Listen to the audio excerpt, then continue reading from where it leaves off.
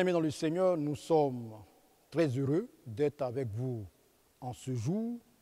Et depuis votre position, nous vous saluons dans le nom précieux de notre Seigneur et Sauveur Jésus-Christ.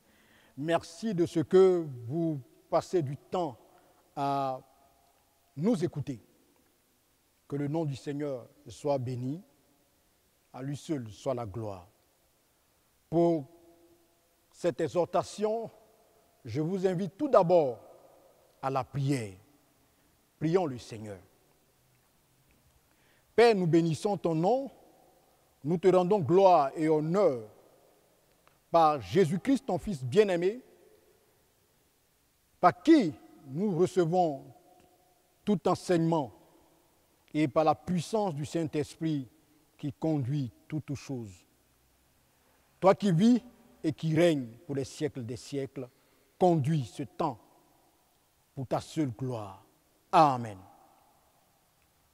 Bien-aimés dans le Seigneur, hommes, frères, femmes, sœurs, en ce jour, je vous invite à partager la parole de Dieu tirée de l'Ancien Testament, du livre des Proverbes, en son chapitre 7.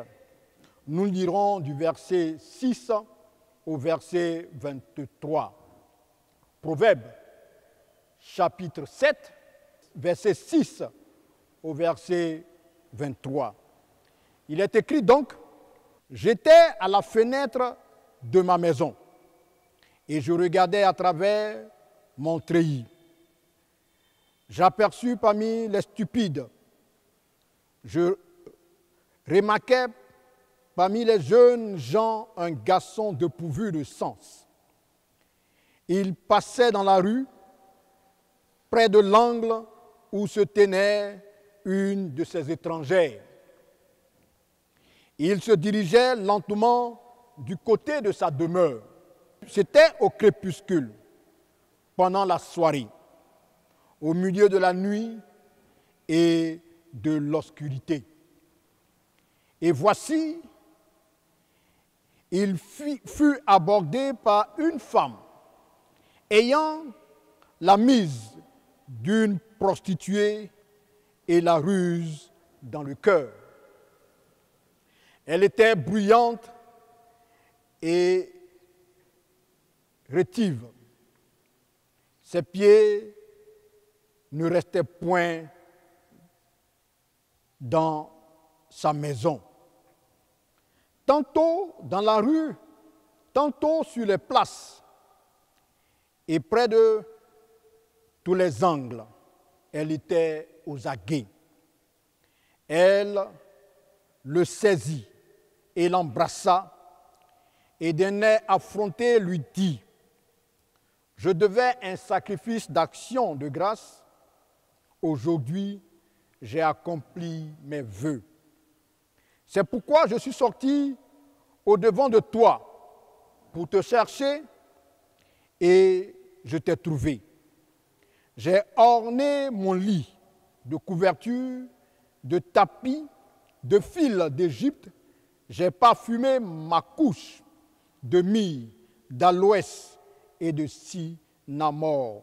Viens, enivrons-nous d'amour jusqu'au matin.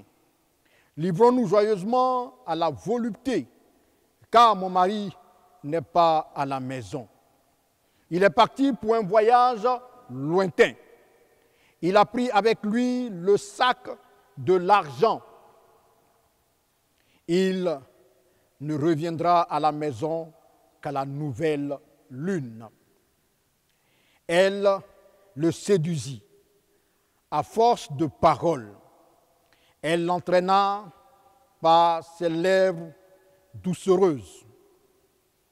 Il se mit tout à coup à la suivre, comme le bœuf qui va à la boucherie, comme un fou qu'on lie pour le châtier, jusqu'à ce qu'une flèche lui perce le foie, comme l'oiseau qui se précipite dans le filet sans savoir que c'est au prix de sa vie. Amen. Bien-aimés, le second test que je propose pour notre réflexion de ce jour est le test encore de Proverbes, donc dans l'Ancien Testament, Proverbes chapitre 14, verset 12. Proverbes chapitre 14, verset 12. Tel voit paraître droit à un homme, mais son issue, c'est la voie de la mort. Amen. Bien-aimés dans le Seigneur, hommes, frères, femmes, sœurs, nous sommes dans le livre de Proverbes et les Proverbes sont donc une collection de sentences rigoureuses qui, par analogie ou contraste, met en relief d'importantes vérités. Ainsi donc, toute nation a ses proverbes, les peuples ont leurs proverbes, et la Bible, la parole de Dieu, aussi a ses proverbes. Et le présent recueil est essentiellement l'œuvre de Salomon. Il est dit de Salomon qu'il a prononcé 3000 sentences. Quand nous regardons dans l'Ancien Testament, dans 1 Roi, chapitre 4, verset 32. Parmi les vertus louées dans le livre de Proverbes figurent la poursuite de la sagesse, la piété filiale, la liberté, la libéralité, la fidélité conjugale et l'honnêteté dans les affaires humaines. La liste des vices énumérés et condamnés comprend, entre autres, la gloutonnerie, l'ivrognerie, l'immoralité, le mensonge, la paresse, les querelles, les fréquentations des mauvaises compagnies. Il est difficile d'établir une classification dans Proverbes de Salomon.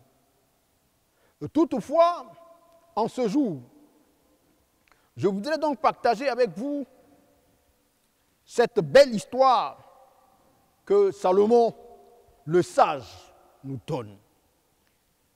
Il dit qu'il était à sa fenêtre et il regardait un jeune homme qui était dans la rue, pratiquement où la journée est en train de prendre place et fait place à la nuit.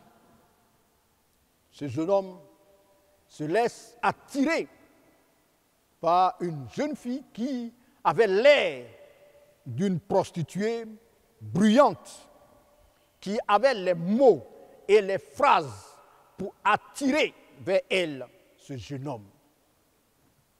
Et donc, à partir de cette belle histoire,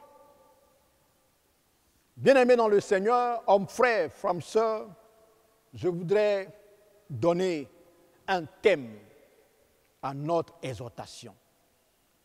La plante carnivore. La plante carnivore. Nous avons tous entendu parler de ces plantes carnivores qui, par leur odeur ou par la vivacité de leur couleur, attirent les insectes, les emprisonnent dans leur corolle et les digèrent grâce à leur sucre venimeux. Cela nous fait penser à toutes ces séductions auxquelles l'homme moderne est soumis. Et c'est de cela qu'il s'agit. Nous sommes chaque jour, à chaque heure, que Dieu nous invite dans la rue, attirés par des messages, même par moments chez nous à la maison.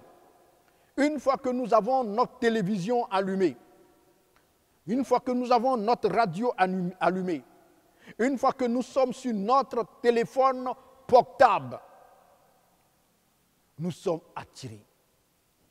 Chaque jour, nous sommes attirés par ces messages-là, au travers des panneaux publicitaires qui jalonnent les rues de nos villes et par moi-même de nos villages et hameaux. Et ces messages nous promettent quoi? Ces messages nous promettent le succès. Ces messages nous promettent la richesse. Ces messages nous promettent la liberté, la réussite.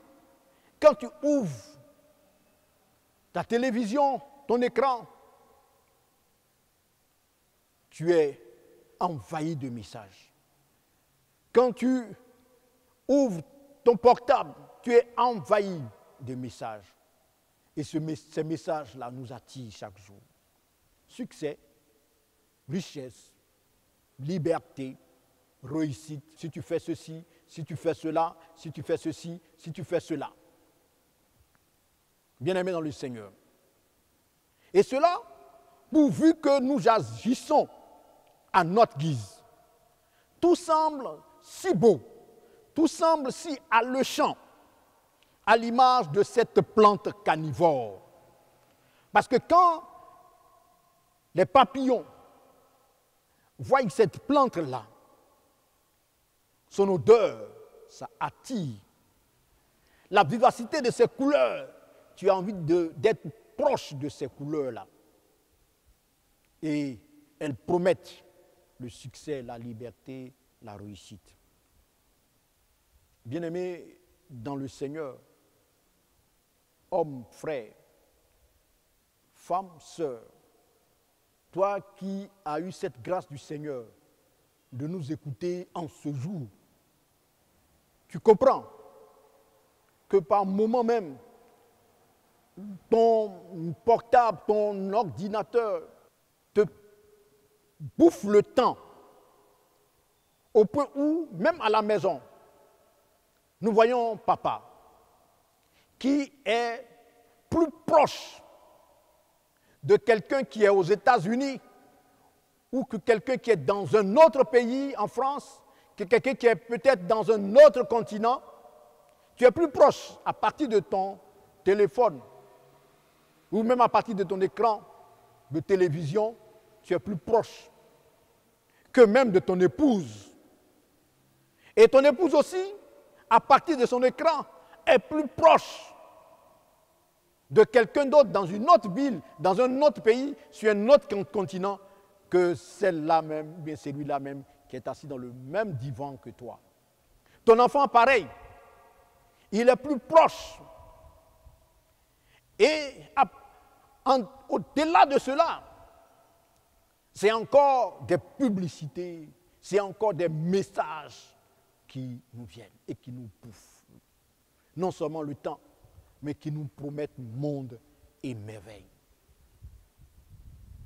Bien-aimés dans le Seigneur, l'heure est arrivée pour une prise de conscience, de voir que Satan, le prince actuel de ce monde, attire ses proies et leur offre 1001 choses attrayantes, les unes que les autres. Ils nous séduisent, ils nous montrent la tromperie.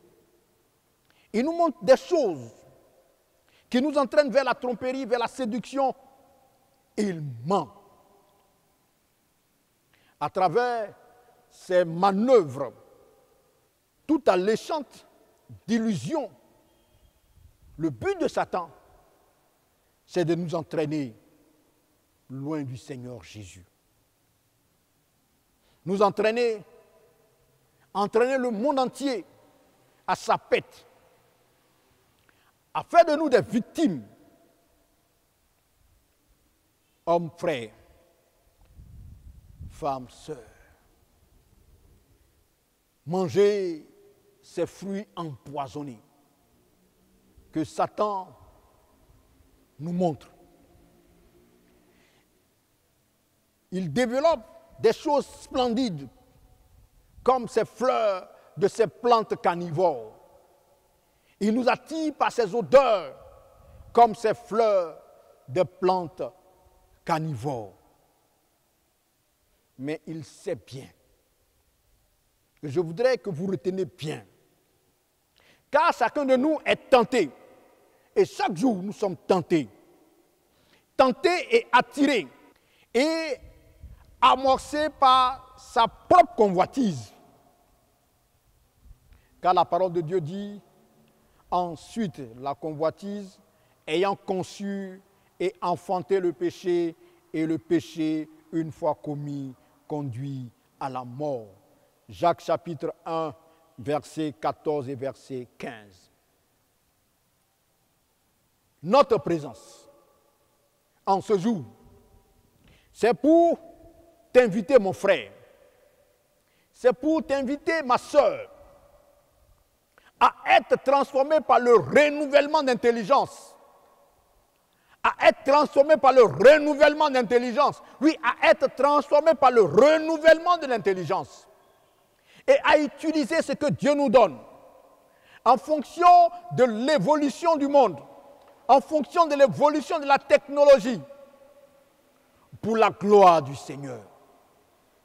Et non pour être tenté et attiré par Satan et tomber dans ses pièges. Fuyons donc les tromperies de Satan et faisons plutôt confiance à Dieu qui nous dit toujours la vérité. Mon frère, ma soeur, il faut fuir et te tourner vers le Seigneur et le regard tourné vers Jésus-Christ de Nazareth. Et le regard tourné vers la parole de Dieu. Ne te laisse pas emballer et trimballer par tout ce que Satan développe pour t'éloigner de Dieu. On t'éloigne chaque jour de ta méditation. On t'éloigne chaque jour de la lecture de la parole de Dieu. Même deux fois, même assis au culte, tu es plus préoccupé par les messages qui arrivent plutôt que par le message que l'homme de Dieu te donne. Gloire et honneur soient rendus au Seigneur qui nous permet de vous donner ce message. Fuyons les tromperies de Satan et faisons plutôt confiance à Dieu qui nous dit toujours la vérité. Il nous éclaire. Il est le chemin dans lequel nous devons nous engager.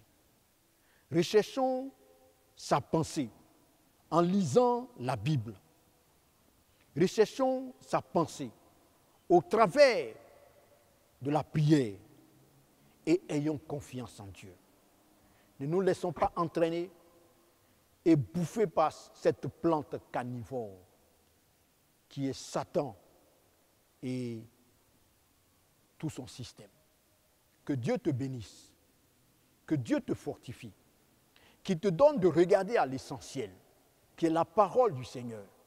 Grâce et honneur, paix et joie, soit pour ta maison, soit pour ton épouse, soit pour ton époux, soit pour tes enfants, soit pour ta famille.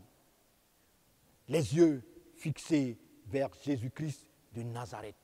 Ne te laisse pas bouffer par cette plante carnivore comme cette jeune fille de Proverbes chapitre 7, verset 6 au verset 23, qui a été donc l'objet de notre méditation. Gloire et honneur soient à Dieu. Amen. Prions le Seigneur. Seigneur, merci.